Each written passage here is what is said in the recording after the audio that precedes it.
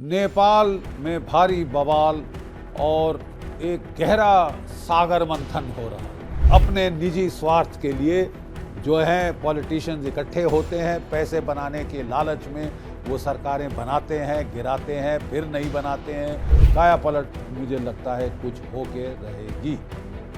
ये जो पूरी त्रासदी है नेपाल की, जो वहाँ की जो राजा की प्रणाली थी, जो राजतंत्र था वहाँ पे, वो 2001 में सब जानते हैं जो हत्याकांड नारायणहट्टी पैलेस में हुआ था।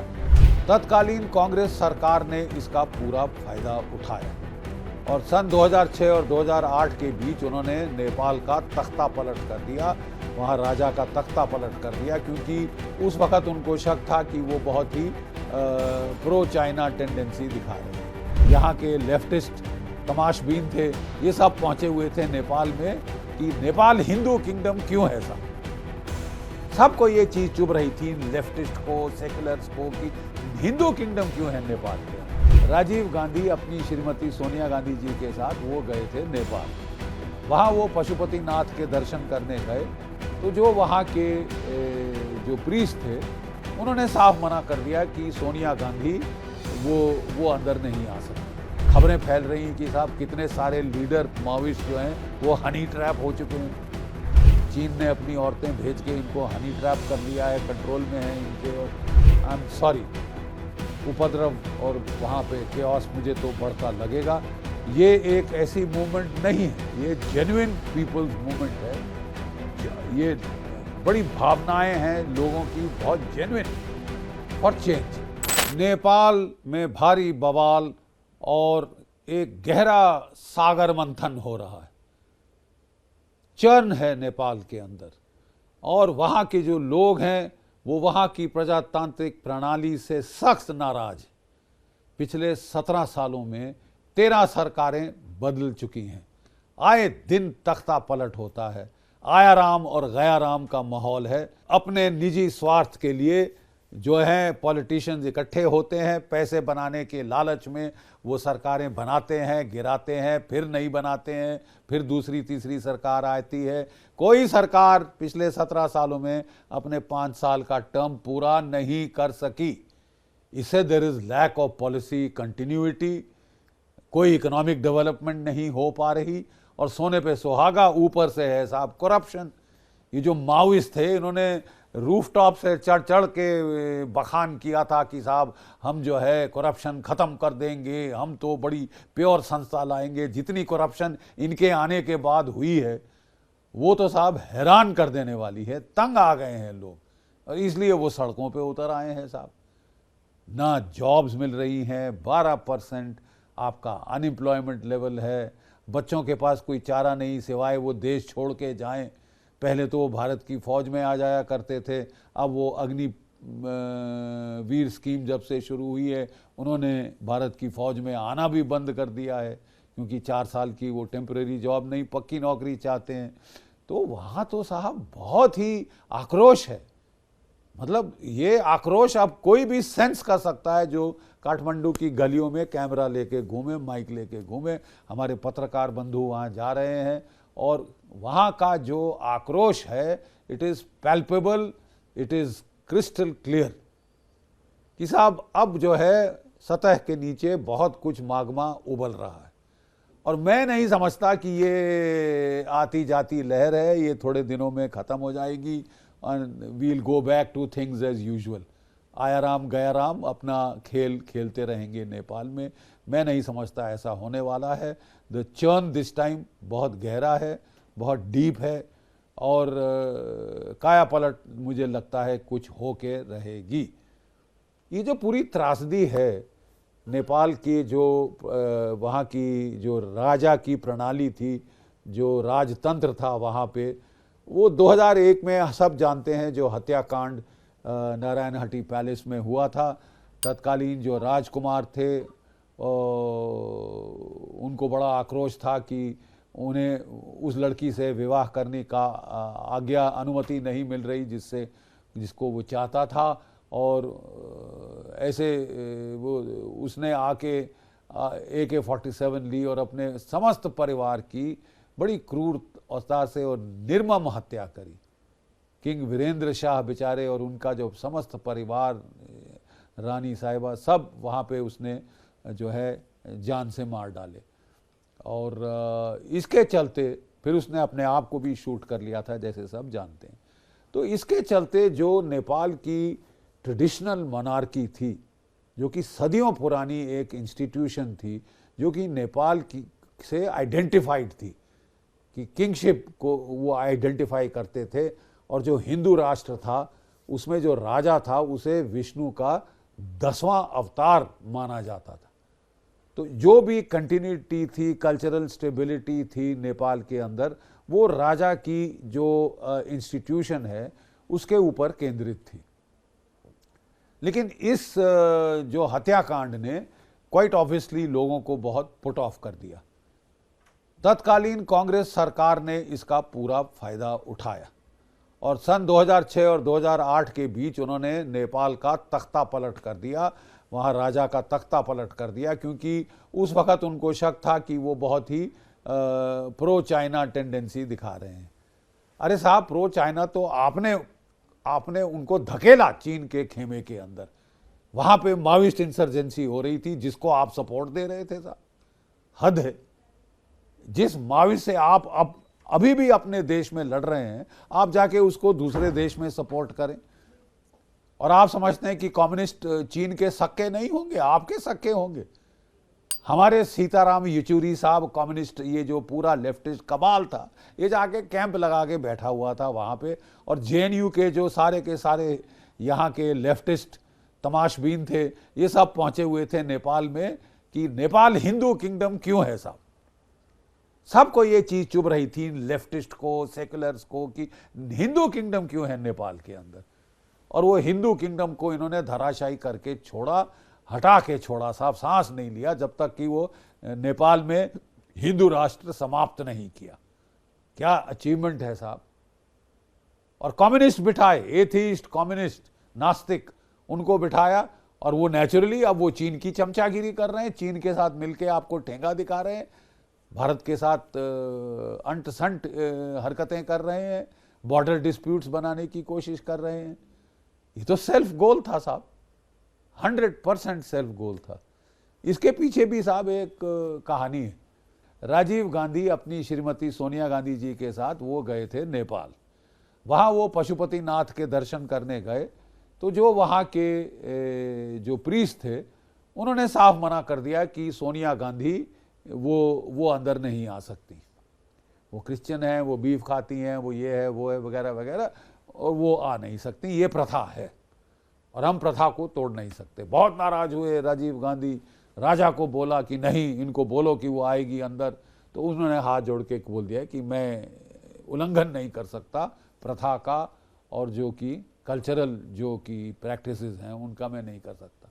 तब से तो साहब वो उन्होंने अगले साल तो वहाँ नेपाल का ब्लॉकेड करवाया, ठीक है। और सोनिया गांधी बड़ी चिड़ी हुई थी, वो बड़ी कट्टर जो हैं वो कैथोलिक हैं, और वो चाहती हैं उनका बस चले तो वो पूरे भारतवर्ष को कन्वर्ट कर दें और पोप के कदमों में डाल दें। और नेपाल में वो बहुत कन्वर्शन करने की हमेशा बहुत फेवर में थी। और उनको मौका मिला साहब सन 2006 से 2008, जब वहाँ पे माओइस्ट इंसर्जेंसी पीक कर रही थी और नेपाल की फ़ौज को जो है हमने वो उन पे अच्छी तरह से काबू पा रही थी, उन पे उनको काफ़ी कंट्रोल में कर लिया था, नुकसान पहुंचा रही थी, तो उनको हथियार एमुनिशन देना बंद किया। घबरा के वो बेचारे चीन की तरफ गए और उसका बहाना बना के फिर यहाँ पे बवाल खड़ा किया और तख्ता पलट किया। और ये 12 जो ये थी ये पॉलिटिकल पार्टीज, इनका गुट बना के पहले तो प्लान था कि साहब कॉन्स्टिट्यूशनल मोनार्की की जाएगी, फिर उखाड़ फेंका राजा को। To spite the face you cut your nose, कि थोड़ी सी आपकी प्रॉब्लम थी राजा के साथ, वो सॉल्व हो सकती थी। आपने तो अपने ही फेस को स्पाइट करने के लिए अपना ही नाक काट लिया, जिस डाल पे बैठे थे उसी पे कुल्हाड़ी मारी आपने। You axed your own feet Nepal के अंदर। तो खैर साहब इन्होंने राजा को हटवा दिया। अब हुआ ये है कि जो ये पिछले 17 साल में मैंने आपको बताया, ये आया राम गया राम की यहाँ पे तमाशे शुरू हो गए और लोग अब जो हैं वो फेड अप हो गए हैं, फेड अप हो गए हैं साहब। up to their gills, they are fed up with this corruption, they are fed up with this changing, ever changing musical chair जो चल रही है काठमांडू में, और जो कि करप्शन वहाँ फैल रही है, और उसके ऊपर जो उनके अस्तित्व को, हिंदुओं को, बौद्धों को अब खतरा लग रहा है कि हिंदू और बौद्धों को दोनों को खतरा लग रहा है साहब कि हमारा तो अस्तित्व ही मिटा दिया जाएगा जिस स्केल पे कन्वर्शन हो रही है। हम तो हिंदू ही नहीं रहेंगे, हिंदू राष्ट्र तो खत्म कर दिया, अब तो हिंदुइज्म के ऊपर हमला शुरू हो गया। तो कब तक लोग वहाँ के चुपचाप बर्दाश्त करेंगे, हाथ पे हाथ धरे, जबकि ये सेक्युलर कम्युनिस्ट चीन के चहेते वहाँ पे राज करना शुरू करें। और खबरें फैल रही हैं कि साहब कितने सारे लीडर माओइस्ट जो हैं वो हनी ट्रैप हो चुके हैं। चीन ने अपनी औरतें भेज के इनको हनी ट्रैप कर लिया है, कंट्रोल में है इनके, और इनके थ्रू वो नेपाल को बेल्ट रोड इनिशिएटिव वहाँ लाना चाहते हैं, कॉरिडोर वहाँ लाना चाहते हैं। और जैसे श्रीलंका में तबाही हुई, म्यांमार में तबाही हुई, अब वो तबाही वो नेपाल में लाना चाहते हैं। पैसे बनाना बस उनका शौक़ है कि हम तो साहब उधार देंगे और पुराने जो हैं मनी लेंडर जैसे हम खून चूस लेंगे साहब नेपाल का भी, और तबाह कर देंगे उसकी इकॉनमी। साहब लोगों को सब ये दिख रहा है, राइटिंग ऑन द वॉल, और इसलिए उनकी चिंता स्वाभाविक है। It is normal, it is to be expected. और अब तो साहब वो बोले the water has cross the danger mark, और लोग अब बहुत नाराज हो गए। जो राजा धीराज थे वो भी उदासीन हो चुके थे, और वो बिल्कुल उन्होंने आना जाना बाहर बंद कर दिया था, अपने पैलेस में कन्फाइंड रहते थे। तो लोगों ने जो प्रजातांत्रिक, राष्ट्रीय प्रजातांत्रिक पार्टी के हैं, उनके जो सपोर्टर्स हैं, उन्होंने उन्हें परामर्श दिया कि वो जाके लोगों से मिले, क्योंकि वो समझ गए थे कि साहब अब लोग जो हैं वो बहुत परेशान हो गए, उनको कोई अल्टरनेटिव चाहिए, and they are yearning to go back to the stability जो थी राजा के समय में, राजा के काल में। कम से कम कल्चरल कंटिन्यूटी थी, स्टेबिलिटी थी, कुछ हो रहा था, प्रोग्रेस हो रही थी, राइट। भारत बहुत मदद कर रहा था उस प्रोग्रेस में। ये सारा तबाह हो गया साहब। और उन्होंने फिर जो है पूरे नेपाल का भ्रमण शुरू किया, शहर शहर गए, वेस्टर्न नेपाल, तेराई रीजन, नेपालगंज, इधर उधर बड़ी बड़ी मोटरसाइकिल रैलियां हुई। 10 से 15,000, 20,000, 50,000 लोग आते थे राजा के समर्थ में। और ये नारा लगना शुरू हुआ कि राजा को वापस लाओ, देश बचाओ। राजा को वापस लाओ, देश बचाओ का नारा नेपाल में गूंजने लगा साहब। और फिर वो जो है कोई 1 महीना पहले वो वापस काठमांडू आए अपने भ्रमण के दौरों से, तो उनके लिए भव्य एक रिसेप्शन हुई काठमांडू त्रिभुवन एयरपोर्ट पे। कोई 5 से 6 लाख लोग, हजूम दुनिया का वहाँ पे आया। ये सारा जो यहाँ सेकुलर मीडिया जो है वगैरह, लेफ्टिस्ट मीडिया, इन्होंने बोला नहीं 10 से 15,000 थे साहब, और नेपाल की सरकार ने भी डिसमिस करने की कोशिश करी। अरे साहब आप तस्वीरें देख लीजिए, आप जो है वो वीडियोस देख लीजिए जो उस रैली के थे। 5 से 6 लाख का हजूम जो नेपाल में अनप्रेसिडेंटेड है, वो वहाँ पे राजा का स्वागत करने आया था। और लोग तो उस वक़्त चाहते थे कि सीधे राजा को ले जाएं नारायण हट्टी पैलेस में और उनको इंस्टॉल कर दें महाराजा धीराज। तो ये राजा ने खुद मना किया, उन्होंने कहा कि हम कोई गैर कानूनी काम नहीं करेंगे, जो कुछ है वो तरीके से होना चाहिए। तो फिर साहब अभी पिछले फ्राइडे को फिर रैलियां शुरू हुई, और प्रजातांत्रिक, राष्ट्रीय प्रजातांत्रिक पार्टी और कोई 40 और ग्रुप हैं जो इकट्ठे हुए हैं राजा के सपोर्ट में। उन्होंने सरकार को क्या कहते हैं, धमकी दी कि 1 हफ्ते के अंदर आप राजा को लाइए, नहीं तो बहुत बवाल मचेगा नेपाल के अंदर। और नेपाल, वो फ्राइडे को उन्होंने पीसफुल रैली शुरू की थी, कोई 3-4 ग्रुपों में कोई 50-60 हज़ार लोग जो राजा के सपोर्टर्स थे वो लोग इकट्ठे हुए थे। और जो माओइस्ट थे उन्होंने अपने कोई 15,000 का हजूम इकट्ठा किया था ताकि हम लोग लड़ाई झगड़ा करें, क्लैश करें और एक बैड नेम देने की कोशिश करें इस पूरी मूवमेंट को। और फिर साहब जो इनका एक कोई वहाँ पे वेटनरी हॉस्पिटल है, उसके नीचे इनकी रैली हो रही थी जहाँ पे लोग पीसफुली इकट्ठे हुए थे और भाषण दे रहे थे और लोगों को लोग समझा रहे थे। और तब जो है नेपाल की पुलिस, कहा जाता है कि वो पशुपति जो कि पशुओं का अस्पताल था, उसके छत पे चढ़ गई और वहाँ से उन्होंने टीयर गैस के गोले और रबर बुलेट्स फायर करना शुरू किया और काफ़ी साहब उससे जो है बवाल मच गया। उकसाई भीड़, गुस्साई भीड़ ने फिर हमला किया और वो बिल्डिंग को तोड़ फोड़ दिया और जो साथ में एक कोई न्यूज़पेपर ऑफिस था उसको आग लगा दी। और उसके बाद तो साहब फ्री फॉर ऑल हो गया काठमांडू के अंदर। 2 लोग जो है वो मारे गए हैं पुलिस की फायरिंग में और सैकड़ों लोग कहते हैं कि घायल हुए हैं इन क्लैशेस में, जो कि सरकार द्वारा प्रोवोक किए गए थे क्योंकि उस दिन नेवार लोगों का एक फेस्टिवल था। तो कोई किसी का प्लान नहीं था कि उस दिन हिंसा हो, लेकिन हिंसा कराई गई। और तब जो है प्रचंड वो जो कम्युनिस्ट हैं, अपने दूसरे कम्युनिस्ट नेता, वो जाके धमकी देने लगे कि राजा को अरेस्ट करो। अरे साहब बहुत काउंटर प्रोडक्टिव होगा ये स्टेप, राजा को अरेस्ट करना तो बिल्कुल दुनिया के जो नेपाल के लोगों का गुस्से का पारा जो है वो फट जाएगा।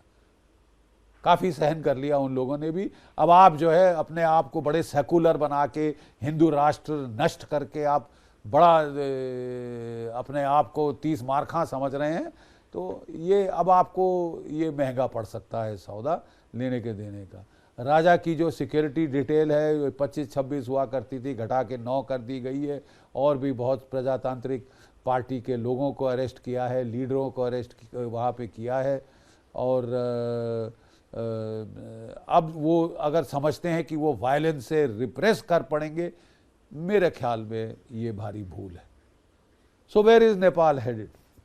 फॉर आई एम सॉरी, उपद्रव और वहाँ पे केओस मुझे तो बढ़ता लगेगा।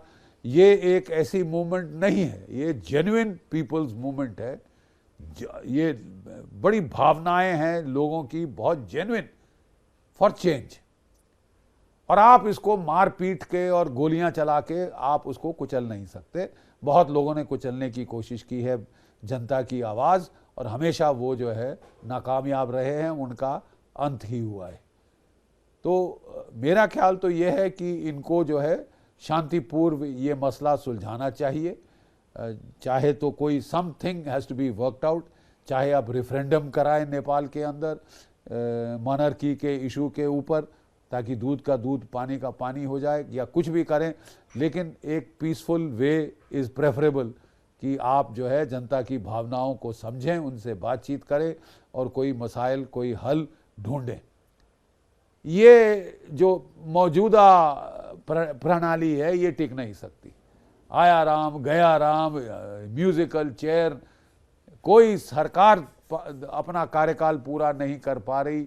सब लोग पैसे होड़ जुटाने में लगे कि टाइम कम है, पैसे बना लें। Politics is a mean to make money, politics is a mean to serve the people in a democracy, जो कि आई एम वेरी सॉरी कि जो नेपाल के पॉलिटिशियंस वो ठीक से नहीं कर सके। जो कांग्रेस पार्टी है वो भी अब हमने सुना है कि वो कॉन्स्टिट्यूशनल मोनार्की के फेवर में है। क्यों नहीं नेपाल में कॉन्स्टिट्यूशनल मोनार्की हो सकती? ये उसको अपनी कल्चरल रूट से जोड़ेगा, जड़ों से जोड़ के रखेगा। नेपाल एक हिंदू राष्ट्र था, ठीक है साहब, 80% से ज़्यादा वहाँ हिंदू और 9% बौद्ध हैं। वो सब बहुत खुश थे राजा के राज्यकाल के अंदर।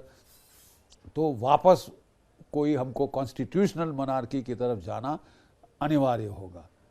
ग्रेट ब्रिटेन कॉन्स्टिट्यूशनल मोनार्की है, भूटान कॉन्स्टिट्यूशनल मोनार्की है, जापान कॉन्स्टिट्यूशनल मोनार्की है, और कितने समृद्ध देश हैं ये, कितना बढ़िया काम चल रहा है वहाँ पे। तो नेपाल में क्यों नहीं हो सकता साहब? ऐसी क्या आपको क्या कहते हैं वैमनस्य था, वैर था कि वो हिंदू किंगडम क्यों है? मतलब जब तक डिस्ट्रॉय नहीं किया हिंदू किंगडम को, सांस नहीं ली साहब। और अब बड़ा हमको वहाँ पे ये नास्तिकपना वहाँ लाना चाहते हैं, चीन का राज्य कराना चाहते हैं, ये तो साहब ये चलेगा नहीं। भारत के राष्ट्र हितों के बरखिलाफ है, नेपाल के अपने राष्ट्र हितों के बरखिलाफ है। कॉन्स्टिट्यूशनल मोनार्की आप देखें भूटान में कितनी बढ़िया रूप से चली, कितना एनलाइटेंड किंग है और कितने पॉपुलर है वो वहाँ पे। जापान के किंग की इंस्टीट्यूशन को देखिए, वो तो कल्चरल बेसिस है उस देश की नेशनहुड का। Son of the sun, emperor को माना जाता है और उसकी तो तकरीबन पूजा होती है। नेपाल में भी वो दशम अवतार विष्णु का माना जाता था, तो वो एक बेसिस था नेपाल की हिंदू किंगडम होने के लिए, एक कल्चरल बेसिस था for continuity, for links with the past and the present. हर देश की अपनी जड़ें होती हैं, सांस्कृतिक जड़ें होती हैं, रिलीजियस जड़ें होती हैं, पारंपरिक जड़ें होती हैं, हिस्टोरिकल रूट्स होती हैं। आप उनसे अपने आप को काट कर महरूम करके आप कभी खुश नहीं रह सकते। तो नेपाल में I think the voice of the people is the voice of God. जनता जनार्दन की आवाज़ भगवान की आवाज़ है, हमें इस आवाज़ को सुनना चाहिए। नेपाल के पॉलिटिशियंस को इस आवाज़ को सुनना चाहिए, वहाँ के कम्युनिस्टों को जनता की भावना समझनी चाहिए। वो नास्तिक हैं तो इसका मतलब ये नहीं कि नेपाल के तमाम लोग नास्तिक हैं।